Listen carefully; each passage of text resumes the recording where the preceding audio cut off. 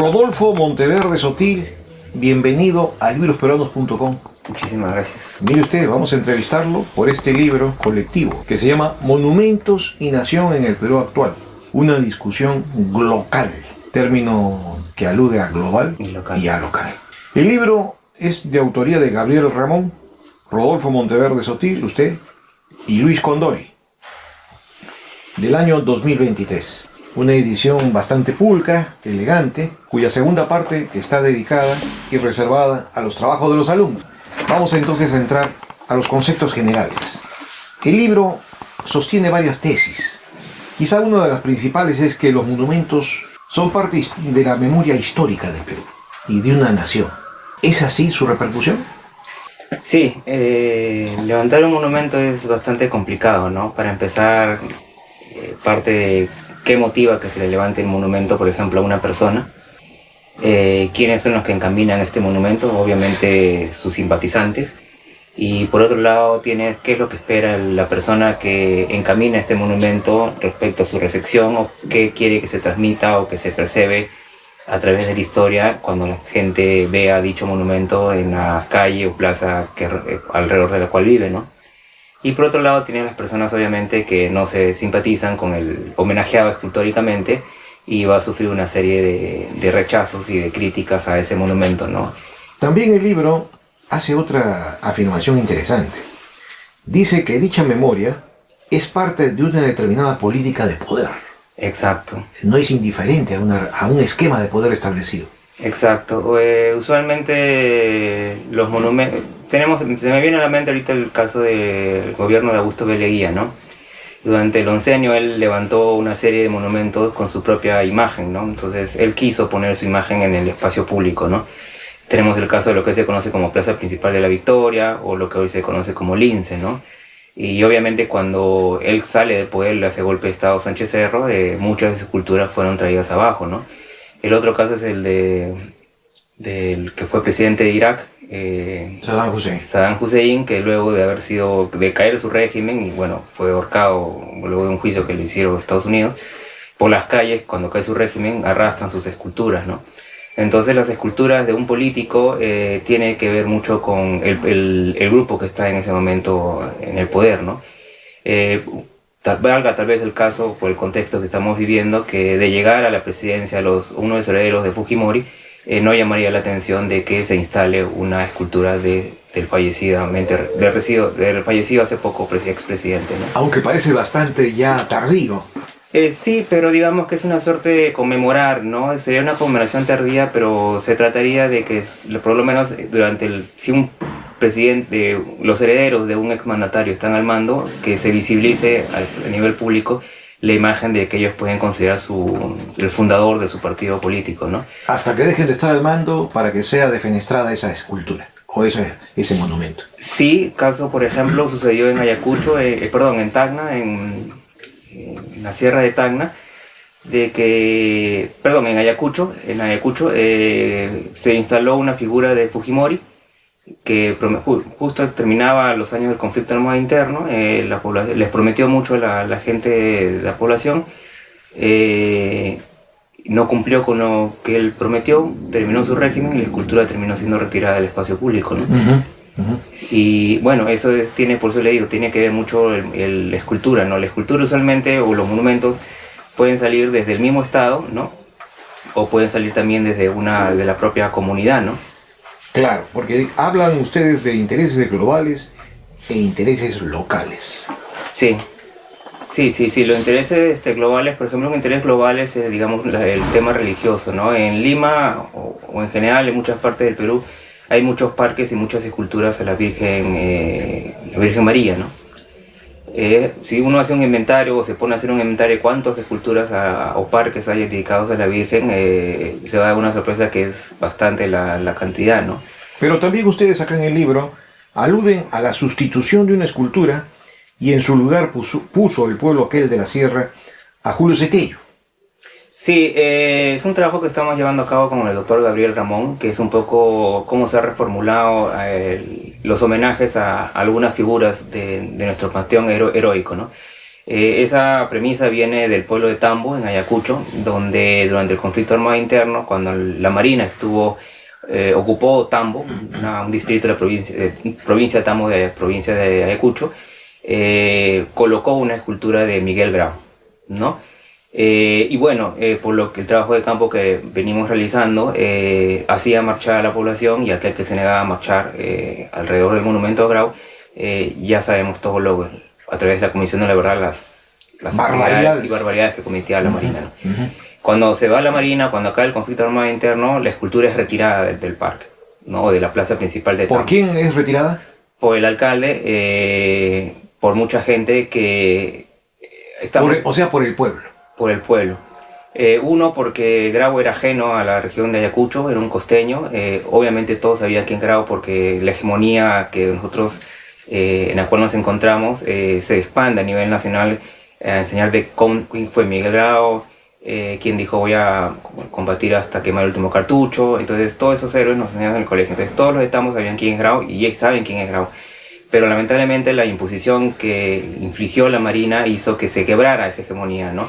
Y la gente viera a través de la imagen de Grau el recuerdo de esta barbarie, ¿no? Claro. Entonces estos monumentos que son impuestos son suplantados por esculturas, o están siendo suplantadas por esculturas que representan tradiciones locales, ¿no? Que es lo que pasó en Tambo, por ejemplo, ¿no? También en el libro se enfatiza que los monumentos son valores simbólicos unidos a proyectos políticos y también a valores locales específicos. Sí, como le digo, la memoria de los pueblos que sufrieron la violencia del conflicto armado interno está aún muy fresca, ¿no? Las heridas están abiertas. Entonces hay, digamos, cierto rechazo a levantarle o a rendirle pleitesía a héroes que pertenecen tanto al ejército como a la marina, ¿no?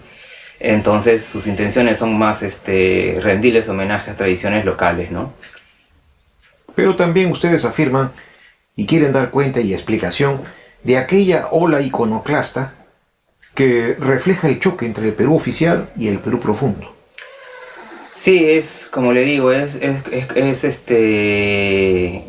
un tema bastante denso y complejo, ¿no? Por ejemplo, Lima fue la capital del virreinato del Perú, ¿no? Y es uno de los pocos países de Sudamérica que no ha aprobado el aborto legal, asistido médicamente. No ha permitido el matrimonio civil entre dos hombres, entre dos mujeres, lo cual si fallece uno, el otro se queda desamparado porque no hereda nada, o no le pertenece nada, como si fuera un hombre y una mujer, en caso se quede viudo o viuda. Y Perú es uno de los pocos donde la religión cristiana está muy fuerte, ¿no? Entonces, Lima nunca desde parte del Estado ha querido sacar el monumento de Cristóbal Colón, ¿no? Y si uno ve la escultura de Cristóbal Colón que estaba en el Paseo Colón, que lo han retirado, pero no lo han retirado por cuestiones políticas, ideológicas, sino simplemente por la construcción del subterráneo que están haciendo, es decir, han evitado por la remoción de suelos que se dañe. Entonces, y si uno ve la escultura, ve a una mujer arrodillada, ¿no? Recibiendo la cruz cristiana. Y muchos grupos feministas, y yo también lo considero así, que una mujer esté arrodillada a los pies de un hombre, como que suena o como que es un poco ofensivo, ¿no? Pero nunca ha habido ninguna, más allá de este simbolismo actual de lo que significa esa escultura para Lima, ha habido de parte del Estado, de parte del municipio, retirar ese monumento que vale como pieza artística, histórica, porque fue inaugurada en 1860, a un museo, a un ambiente más íntimo, digamos, no en esfera pública, ¿no? Ahora estos grupos minoritarios, feministas, gays, a favor de la ideología de género, todavía no han logrado ningún tipo de monumento público, ¿verdad? Que yo sepa, en el caso de Lima no es una ciudad, un país, y sobre todo Lima, que concentra los poderes económicos, políticos, es una ciudad bastante conservadora, ¿no? Alzar un monumento, cuando Merino quiso hacerse de la presidencia y hubo lamentablemente en noviembre del 2020 estas marchas donde murieron dos estudiantes o dos jóvenes peruanos, al día siguiente se le trató de levantar una especie de monumento efímero, ¿no? Se hizo, creo, si no me equivoco, en la Plaza San Martín. Ellos fallecieron por el cruce de Avenida Piérola con Abancay, y lamentablemente el monumento fue alterado y destruido al poco tiempo y borrado. ¿Por qué? por grupos que estaban a favor o en contra, a favor del grupo de los intereses de Merino, ¿no? Y los chicos protestaron porque Merino se haya hecho de la presidencia, ¿no? Y obviamente sale a flor de piel el término esto del terruqueo, ¿no? Entonces los trataron de delincuentes, de terrucos, de alteradores, e incluso habiendo muerto 2 chicos que se, digamos, protestaron, hicieron pública en la ciudad de Lima esta situación que se estaba dando y que perdieron la vida, ¿no? 2 jóvenes. No se cambió la avenida, por ejemplo, Pierola, al nombre de ellos, ¿no? Y ese es otro tema también, no solamente esta cuestión de representatividad o legitimidad o de contradicciones entre lo legal, lo no ilegal, o de quién está en el poder y quién no está en el poder, también se ven en nombres de las calles, ¿no? Entonces, claro. Ahora, hemos tenido quizás cierta coincidencia entre el Perú oficial y el Perú profundo en lo que concierne a monumentos cuando se ha vivido gobiernos progresistas. Esto me recuerda a los monumentos que inauguró el gobierno revolucionario de la Fuerza Armada de Velasco Alvarado en el famoso Parque Los Próceres, que concitó la atención justamente porque se estaba conmemorando el sesquicentenario de la independencia. Exacto. Los 150 años. Y se notó que se contó con mucho respaldo popular. Sí, bueno, en nuestra historia es un poco complicado esta suerte de conmemoraciones, ¿no? Con fechas, digamos, 50 años, 100 años, 150 años y ahora los 200 años, ¿no? Para los 50 años la gran obra fue el Parque de la Exposición, pero bueno, a Balta lo terminaron matando, o coincidió más o menos por cerca de la fecha de los 50 años. Los 100 años se agarró con la dictadura de Leguía. Se hizo mucho monumento, mucha escultura para conmemorar este aniversario, y que para mí, por lo que pude estudiar para mi tesis, también tuvo un trasfondo geopolítico porque Perú estaba reclamando la devolución de Tacna y Arica, ¿no? Entonces los comités que venían a las inauguraciones de los monumentos por el centenario de la independencia, el 28 de julio, el de diciembre, la batalla de Ayacucho, tenía que ver mucho con esto, ¿no? Los 150 años coincidieron nuevamente con un régimen duro, estricto, como fue... Pero progresista. Pero progresista, que fue la primera etapa del gobierno revolucionario de las Fuerzas Armadas, con una postura... Antioligárquica. Antioligárquica, de izquierda, ¿no? Que un poco iba en contra de los gobiernos de derecha que se iban desarrollando o que empezaban a desarrollarse a nivel sudamericano, amparados por el Plan Cóndor, ¿no?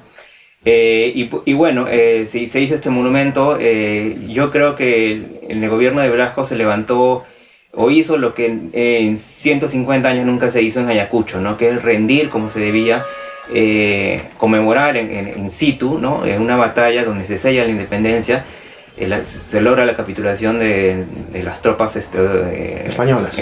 Se refiere al obelisco, ¿no? El obelisco, que por lo que investigué hubo muchas intenciones también de algunos ciudadanos, de algunos regidores, pero fue un pequeño monumento de yeso.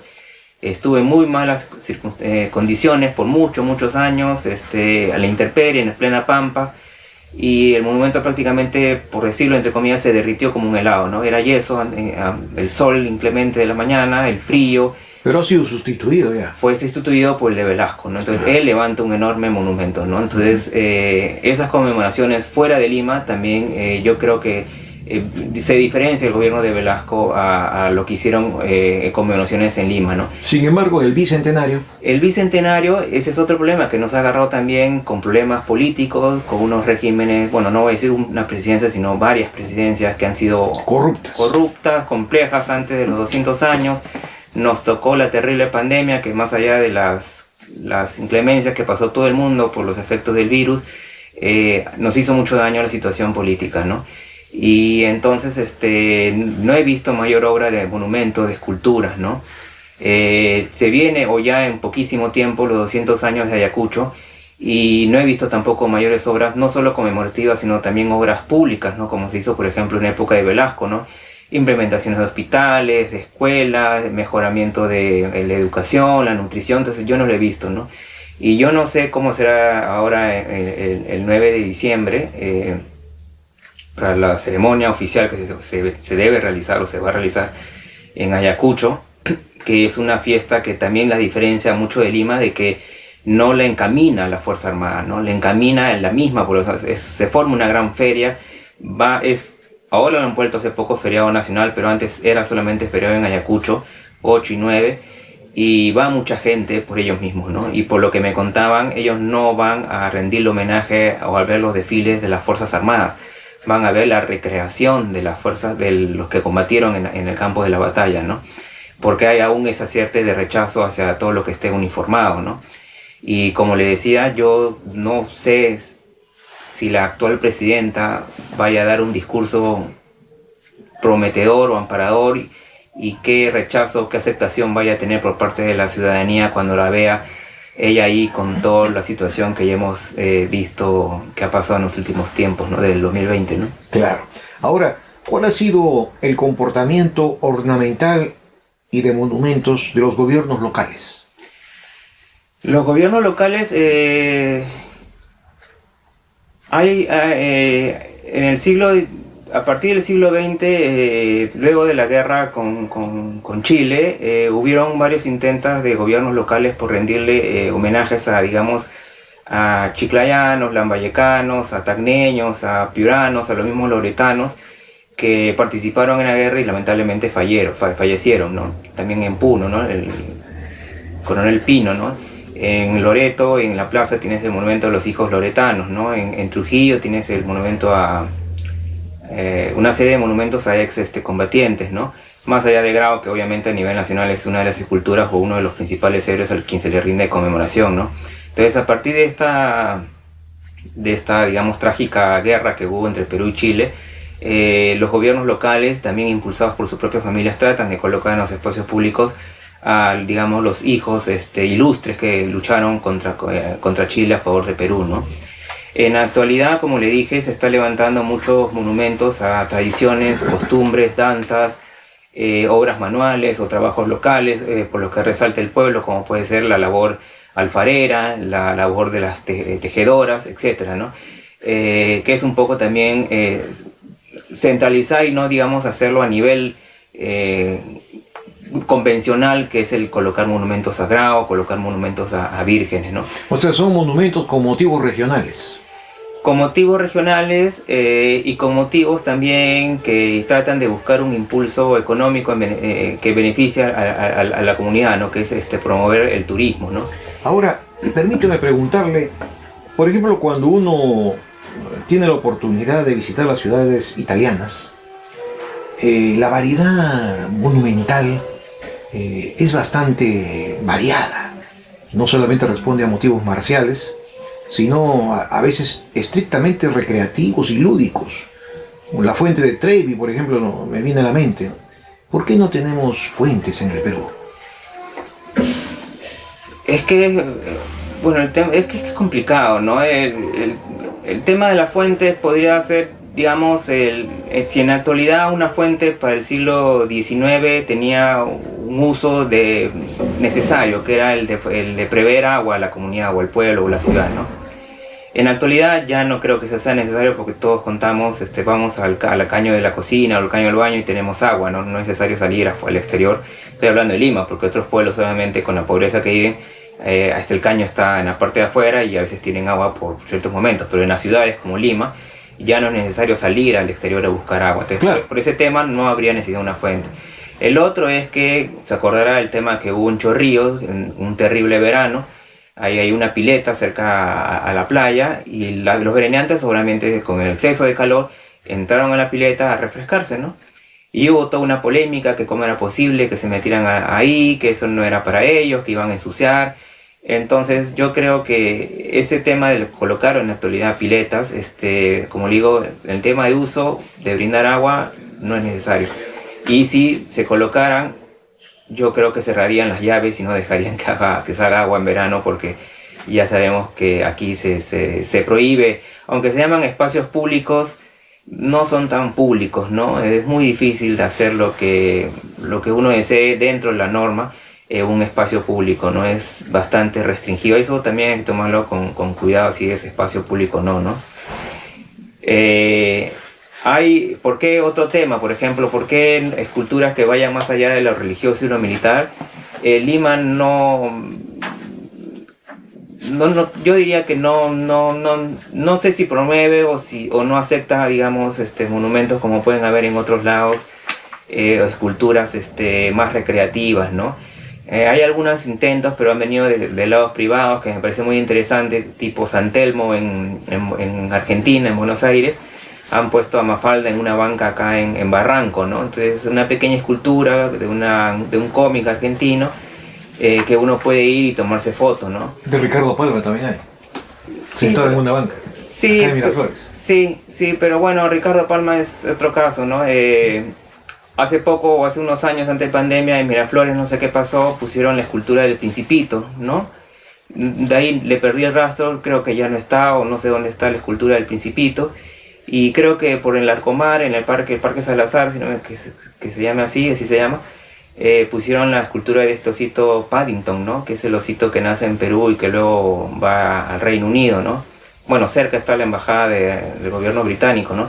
Pero digamos son esculturas que le dan cierta vida y cierto colorido a las calles, ¿no? No todo tiene que ser fusil y cruz, ¿no? Esa es mi sí, se opinión, se ¿no? entiende la tesis. También cuando uno está en México puede todavía gozar y contemplar los grandes murales. En el Perú prácticamente han desaparecido los murales, excepto los del antiguo Ministerio de Educación.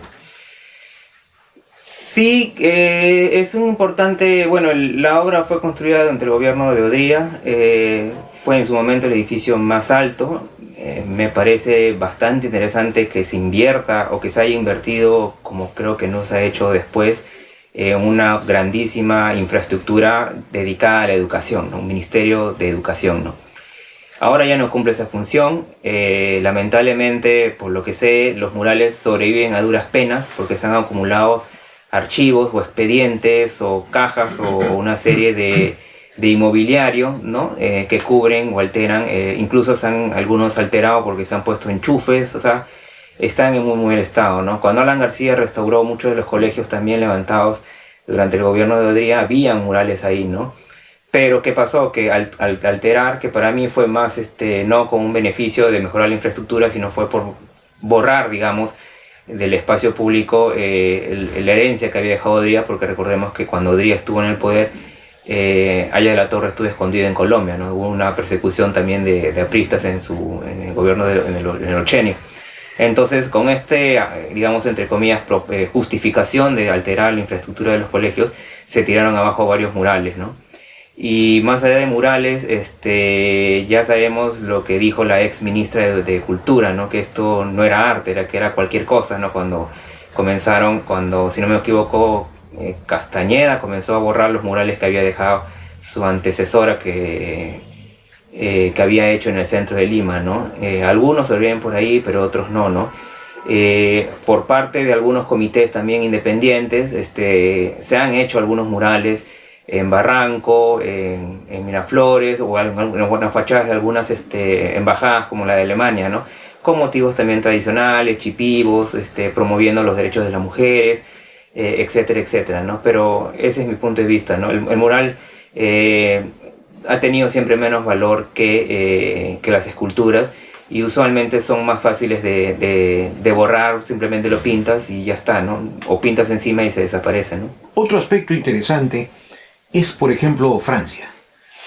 En Francia hay una política sistemática y permanente de construir museos. Pero la construcción siempre lleva una carga monumental en la arquitectura, como para que no se olvide también que la arquitectura es parte de los monumentos. Y parece que eso no se ha tomado en cuenta en nuestro país. Bueno, yo he tenido la suerte de estar en 3 o 4 países de Sudamérica y Estados Unidos y uno de Europa. Y realmente la oferta de museos hay muchos años de diferencia con Perú, ¿no? Hay gran cantidad de museos, las personas en familia y con sus enamorados. Tú dices a tu enamorada, si no tiene nada que ver con el área, digamos, de la historia, el arte, y le dices, vamos a pasar el día al museo, dice que es un aburrido, ¿no? Así se ve, ¿no? Pero si uno va y ve, por ejemplo, en Buenos Aires, la gente visita los museos, pasa el día en los museos, y la oferta es espectacular, es maravilloso ver, ¿no? Y otra cosa que pude ver es que encuentras pinturas a nivel sudamericano que no encuentras en Perú, ¿no? No hay un museo de arte latinoamericano grande donde puedas ver pinturas de Frida Kahlo, de Botero, no sé, de cualquier otro pintor, Rivera, por ejemplo, se me ocurre. En Lima no hay eso, menos en Perú, ¿no? Sí, es una lástima, realmente. Los pequeños museos que hay, los mejores son los particulares, los nacionales dejan mucho que desear, los museos que están a cargo de las Fuerzas Armadas, como el Real Felipe, es un museo que prácticamente está atrapado en el tiempo, no hay un guión museográfico claro. Y la gran, digamos, joya que iba a ser del Bicentenario, iba a ser el Gran Museo Nacional que se construyó en Pachacamac, ¿no? Pero no está funcionando, no está habilitado al 100% como se prometió. Ya han pasado, del 2021 ha pasado ya 3 años, ¿no? Entonces ya hay 3 años de retraso. Un museo que arquitectónicamente es muy bonito, pero es como un gran elefante que adentro no hay nada, ¿no? Y otro importante museo que debería no solo existir uno, sino incluso debería haber mucho más en el Perú, son los museos ligados al tema de la memoria. Me refiero al LUM, ¿no? Que es un suceso histórico reciente que debería transmitirse a nivel nacional en diferentes partes, y la gente puede, así como los limeños tenemos ese privilegio de ir y ver el guión que te cuenta la verdad de lo que pasó en el conflicto armado interno, que los huancavelicanos, los piuranos o los de Abancay puedan ir y apreciar un museo de ese nivel, ¿no? Claro. Otro aspecto que también llama la atención por su ausencia en el Perú actual es que no contamos con conchas acústicas. Mire usted. Había. Acá en Miraflores había una famosa. Cuando era joven, en los años 70, íbamos en grupo a disfrutar de espectáculos de todo tipo. Y obviamente los clásicos, ¿no? Pero, y acá en Campo Marte había otra. Sí. Hoy no solamente están ausentes, sino que llama la atención. Llama la atención nuestro descuido ornamental y artístico y por la cultura pictórica, musical. Cuando vemos en Europa conchas acústicas multitudinarias. Como usted dice, ¿no? Van con sus hijos, con sus bebés, abuelitos. Pero es multitudinario, asombra realmente. Sí, yo pienso que en Lima existe una gran desconexión entre gente y espacio público, ¿no? Es tomar la calle.